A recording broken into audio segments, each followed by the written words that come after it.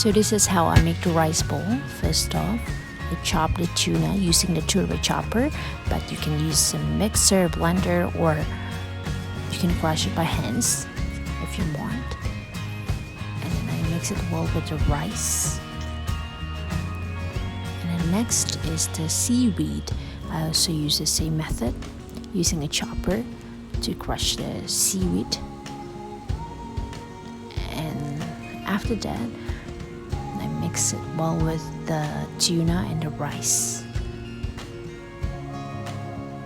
Don't forget the mayo. Don't put too much.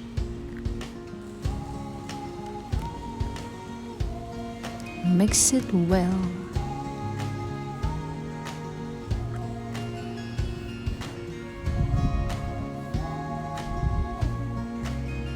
Add sesame oil and also a pinch of salt to make it more flavorful.